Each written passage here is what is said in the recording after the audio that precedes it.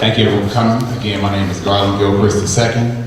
Our website is Gilchrist, Gilchrist, thecityclerk.com. We're here to stay and talk for Detroit voters.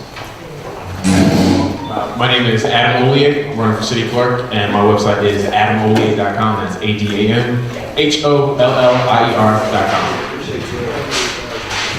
I'm Deanna Wilcoxon, candidate for Detroit City Clerk. Find me on any block in the city of Detroit any time of the day. Hi, I'm Mike Bouchard. Experience counts and searching your vote.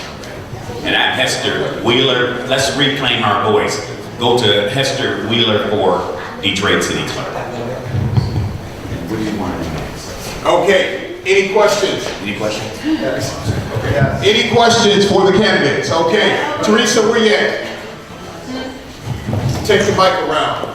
Hey, Miss Kathy Garrett, just want to make sure we know Kathy Garrett is our Wayne County clerk.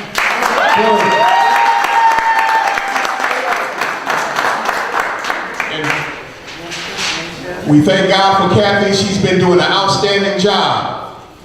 And Mr. Keith Williams, he is now the new chair of Black Caucus. Michigan Democratic Party. Michigan Democratic Black Caucus. A dynamic couple there. Lisa, take the mic around. Anybody got questions? It's now their time. All right, like you first. Good evening. Well, whatever candidate you want. Okay, this is for all candidates. Okay, wow. Okay. During the last election, there are a number of individuals that stayed home. Yes. How are you going to reach out to them personally to know of your candidacy and express the value in voting, specifically for things that are affecting their household, their families, and their community?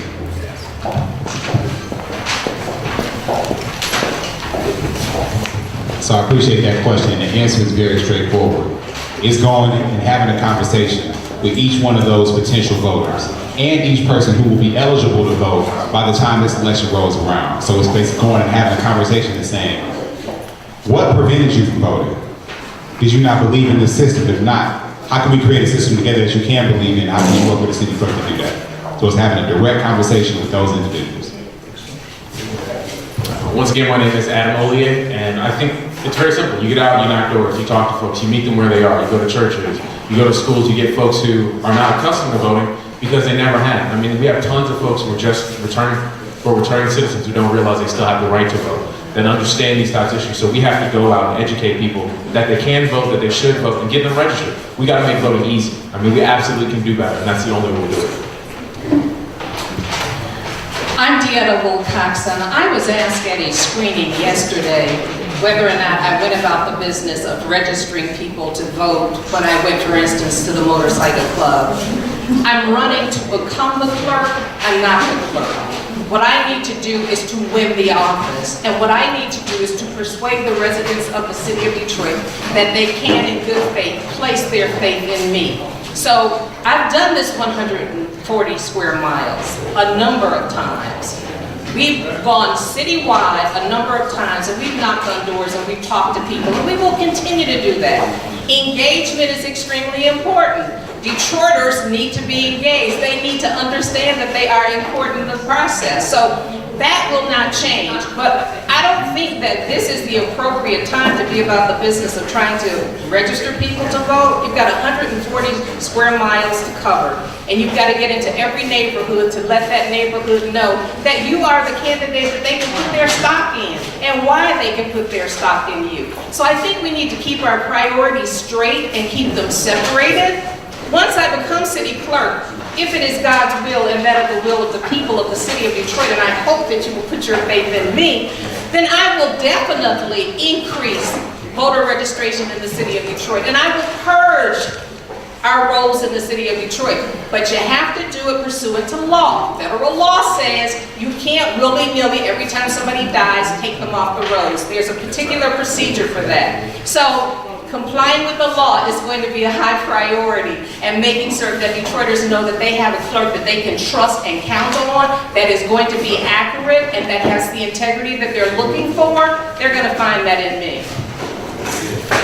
Hi, I'm Mike Richard. First of all, I am proud of you, Detroit. You did come out. You did vote. However, this election was kind of special. The millennials, unfortunately, were really backing Bernie Sanders. And when Bernie lost, they didn't come out for the other candidate, so they stayed at home. They thought that their vote didn't matter. They thought that the older generation wasn't listening, so why should I come out? Bernie Sanders was the candidate.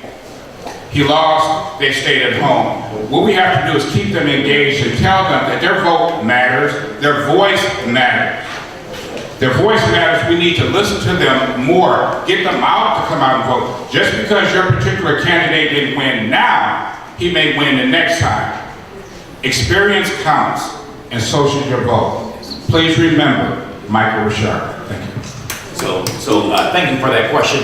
I know the power of prayer, I know the power of inspiration, and I also know the power of education. I think we have to have all of those forces in motion.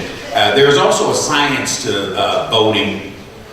Typically, the person who is most recently registered, he's much more likely to vote, especially if you follow up with that person. So you got to be very deliberate, very, very strategic. If a person, I've personally done the work of the clerk for a lot of years. There's not an election that has happened in this city in the last 15 years, where as executive director or as chair of the NAACP Political Education Committee, where we didn't set up a vigil, where we actually on March 8th, the day of the Michigan Democratic Party caucus vote, we hosted over 1,000 phone calls at the NAACP. I'm the guy that still goes door to door. I had pledged when I turned 50. I know I don't look 50. Say amen. Amen. But I had pledged when I turned 50 that I was not doing door to door anymore. But that is not the reality. But you got to touch voters. You got to go up and down those steps. You got to talk to the voters. And voters tell me, now, hey, brother, Wheeler, aren't you that guy from the NAACP? Well, you know, you helped me register 4 years ago. But look around us. Things have gotten worse. So you've got to be innovative, and you've got to tie voting to people's personal reality. So you've got to talk about driver responsibility fee. You've got to talk about poor customer service. You've got to talk about the experiences that our people are living, and you've got to talk to them and talk to them and talk to them. You've got to follow up. Thank you for that question.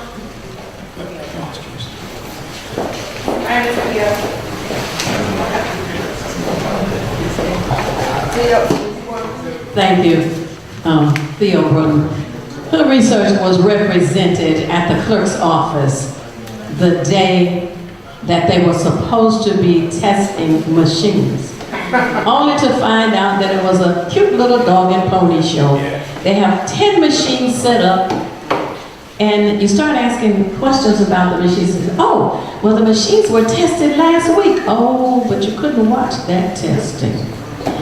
Recently, the current clerk was interviewed on the radio, and her answer to the issue of the machines that seem to break so often is that when they're being transported from the location where they were tested, they go by vehicles, and the vehicles just go over bumps and potholes, and then they shake and all of that.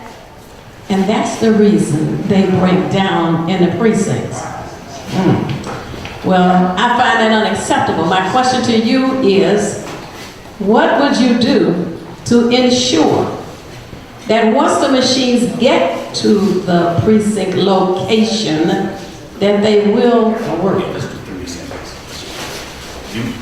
You have a specific person, or you want everybody to? Everyone. 30 seconds. Can we bring it to 30 seconds? Technology and innovation. And I love the way Brother Garland Gilchrist thinks, and I love his technology wizardry. But in Chicago, for example, on election day, before the 10 p.m. news, 90% of all of their election results are posted.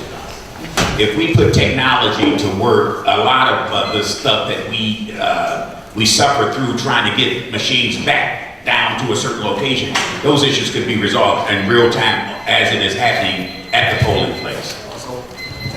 Hi, Theo, that's a good question. You know, that's only a beauty contest. They're going to take the 10 best machines, figure them out, and show them to you.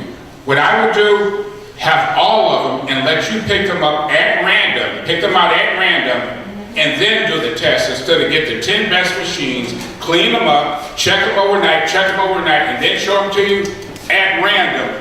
Let everybody pick at least 5 or 6 of them, and then check them out and find out what the problem is, if there's any. If it has been identified that the machines are breaking down as a result of the very deficient roads that we have in Michigan, if we've identified that as a problem, and the clerk has also indicated that the machines are transported to these various locations a couple weeks in advance, there should be a period between a couple weeks when I drop them off and election day wherein those machines are tested on site. They should not be tested at a central location and then transported, and then we assume that everything is all right. Again, my doctorate is in law. We don't assume anything. So you test on site and you make certain that those machines are ready to go on election day. I'm a transportation officer in the United States Army. We can move things across all terrain at any time. That's not an issue. If strap it down, strap it down. But that's not the issue. When you talk about actually testing the machines, we should be testing all our machines in schools, letting children vote. When children vote, they understand the process. We can run all the test ballots through schools, let them say, I'm going to vote for president, I'm going to vote for whatever, and then they get a chance to have experience. We get an extra dry run at it. But it's not just the before test, but we should also be testing our machines on the way after. And no one does that yet. They do it in other states. Man, thank you for that question. And I appreciate Brother Wheeler saying that he appreciated my wizardry. I think the rest of Detroit voters are going to appreciate that too. That was assault. On-site testing is obviously important. Night before testing is obviously important. The polls open at 7 o'clock. Poll workers at my poll location got there at 5 o'clock in the morning. They had something to do. They can audit those. They can do that test on that day. We can verify that the test worked after the election. This actually ain't rocket science. It's verification. So making sure that those machines work, and we can double and triple check them in every location. Anyone else have a question? And Teresa. I hope that's This is my question.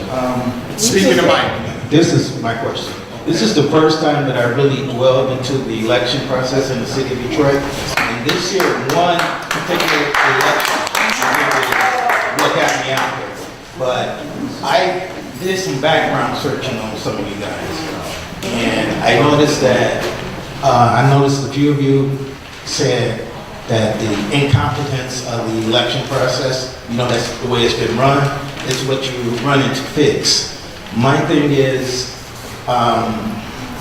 the young fellas, which I'm so very proud of you as black guys, all right, is, to be young and to be strong like you are, it's great. I'm on my kids to watch you. Right? But you guys hit it that the incompetence is what's making elections so bad. And she's been in office for, what, like 15, 12 years? It'll be 12. This year, 12 years. Okay. 12 years this year. Okay, so if she's this bad then, she's been this bad all along. And according to what you guys have said tonight, you're throwing your hat in the ring now. Where were you guys at when she was bad 10 years ago? And the information I got from what y'all have said now is that the lady in the middle seems to have been fighting for so long, and now that she has weakened the competition, you guys are jumping in, but your experience says that you got to dig a little deeper before you're ready for that position. So I just like to know why you guys are jumping in now and what brought you to the process of going after this seat. Now, who you want to answer that question? Well, actually, I know Mr. Richard was in before. I know Miss Wilcox was in before. But the three guys on the end there, the two here, one guy there, those are the ones that I didn't know was in before. So you want to hear from them three? Them three. Okay. Thank you, I appreciate that question. So for me, I returned home, I'm a native Detroiter, and I had moved away to, like I said, to work at Microsoft and to work in DC to learn how to register and mobilize voters. And I came home in 2014, and I voted in an election in 2014 when I re-registered to vote in the city of Detroit, and I saw the first voting problem then. So I wanted to step up at the next opportunity to fix that broken system. And so I'm stepping up and now doing that. I've been working to fix all the problems that we have in the city of Detroit. I mean, we have tons and tons of problems, and to say this one is just the first time, I think it is a disservice to everybody who's sitting up here. We've been working, and I think if you look at now I feel like I have the skills necessary to have done it. You know, after having worked as chief of staff for a state center, having worked in the private sector, having, you know, served my country, having done some of those other things, now I'm ready to do it. I think too often folks decide they're going to do something just because there's a problem, not because they're prepared, not because they have a solution, not because they can fix it. And I think that's all different for me now. And as I said earlier, my commitment is to help us reclaim our voice. I'm not new to any of this. I'm a problem solver. I've literally worked with every clerk, going back as far as Bradley and Jackie Curry, and now this current clerk. I'm not necessarily running because she performed in such a disastrous way. I'm running because I'm committed to helping us reclaim our voice. I've literally worked with her and her office practically during every election cycle because we provided a lot of relief for that office. You call 876-0190 on election day and the line's busy all day. You call the NAACP office and we have manned the phones providing people with direction. So I've been doing that work anyway, and politics has a lot to do with timing. At some point, time is out. And I think I'm delighted to see this moment because it's an important discussion, it's an important debate. Let the chips fall where they may. Any other questions? Oh, yeah. Okay, my name is Dr. Banks, Dr. Canada Banks. I'm interested in knowing what are the initiatives that you're going to roll out with each and every one of you your first 100 days in office. You understand the problem, the areas that need to be addressed. What are your initiatives? What goals are you going to roll out with the first 100 days you're in office? That's all I want to hear. Okay. So, next year is 2018. We get a chance to elect the governor. Most everything I do immediately will be designed to mobilize, organize, educate, move our people to the poll to make sure that Detroit's voice is a major player in that gubernatorial election. That's my highest priority. And we do need to get ready for 2018. However, once I'm elected, there's no training involved for me. I worked in that department. I know where the shortcomings are. I know how to change it. The first thing I'm going to do is talk to the director of elections. We got to do something. Then we got to start some changes from the top to the bottom. However, we need training, we need customer service, we need a fiscal person to look at why you're overspending the money. But that's the first thing I'm going to do, and I'm going to make changes from day one. I am not, nor have I ever been, a person to shoot from the hip. I'm not going to presuppose that I know what's going on in the clerk's office beyond what we, the public, have been given access to. I'm not going to presuppose that. So in the first 100 days, I'm going into that office and I'm going to figure out for myself my own investigation in terms of what is going on. I'm going to figure out where the training shortfalls are. I'm going to figure out who the employees are that I can trust. I'm going to figure out what employees bring what to the table. We're talking about people's lives here. You want to go in and clean house and push everybody out the door and you'll be in the clerk's office by yourself. It doesn't work that way. You need to get in there and figure out what people are doing. These folk have families. They have babies to feed, grandmothers to take care of, and I want to know, if you're not doing your job, what can I do to help you to do your job better? I want to give them an opportunity. America is a country of second chances. The city clerk's office will be no different. I want my people to understand that I, your leader, believes in you, and now I need you to believe in me. When people buy into what you do, they assume that is their platform, and they do it extremely well. I worked in corporate America, Fortune 500 corporation, all over this country. 8-state territory in the Northeast, 8-state territory in the Southeast. And then community and government relations director for 3M Corporation for the entire country. First African American, first woman, first person other than a white male to be a government community affairs director for 3M National Advertising Company. So how did I get people to work with me? How did I go to New Hampshire and get laws passed in New Hampshire? Because I got the legislature to believe in me knowing what I was doing. I bought into what they were doing. I knew what we needed by way of legislation. We worked together and we got it done. That's the same thing I'm going to do in the clerk's office. The clerk's office needs a leader that understands that your power is in your people. So you must marshal your people to do what you need them to do. And I think I'm the person for that job. Once again, my name is Adam Ollier, and when you look at how you fix it, it's very simple. Go to my website, adamollier.com, ADAMHOLLIER.com, and you'll see my 15-point plan. Voting should be simple. We can absolutely do better, and it starts with making the process simpler. You shouldn't have to stand in line longer than 30 minutes. When you, we should be voting in schools. They're just very simple things that if we do them, it's fixed. President Obama had a Presidential Election Commission. They came out with a number of recommendations in 2014 on how you fix elections. You promote early voting. You make sure that folks understand the absentee process, that they get the permanent absentee list. And you can do all those things on my website at adamollier.com, which is ADAMHOLLIER.com. Thanks. We know what some of those problems were. So in the first 100 days, the first thing I'm going to advocate for, the state of Michigan is responsible for purchasing new voting equipment. There's an RFP for new voting equipment in the state of Michigan. The state of Michigan has had unspent money to buy new machines since 2015, to the end of 2015, it hasn't been spent. First thing I'm going to do is fight to get us some new equipment. The second thing I'm going to do is listen both to Detroiters who vote, Detroiters who are eligible to vote but have not, and understand what's standing between them and the ballot box.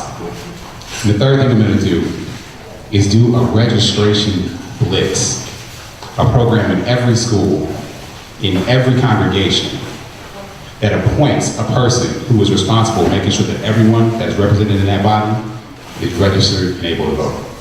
All right. I have a question.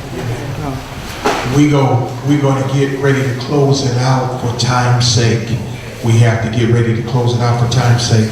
But we thank each and every one who have come today. We thank all of the great candidates who have come here today, who have delivered some tremendous resources.